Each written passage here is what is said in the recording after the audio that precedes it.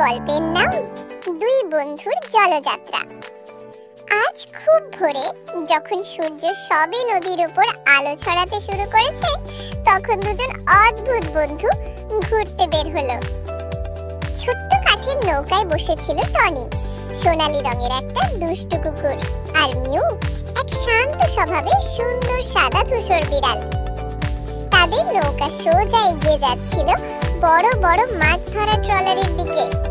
বিশাল সব নৌকা সারি করে দাঁড়িয়ে যেন বলছিল, ছোট্ট বন্ধু, তোমরা কোথায় যাচ্ছ?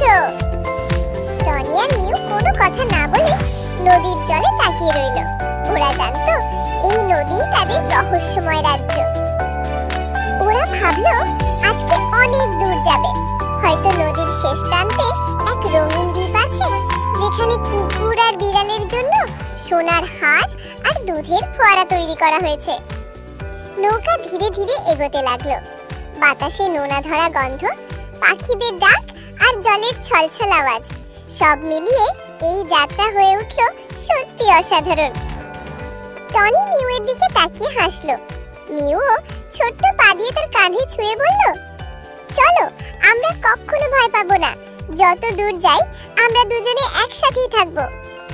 এইভাবে দুই বন্ধুর ছোট্ট নৌকা ভেসে চলল নতুন নতুন স্বপ্ন আর অজানা গল্পের খোঁজে। গল্পটা তোমাদের কেমন লাগলো তা কমেন্ট করে জানাতে ভুলো না।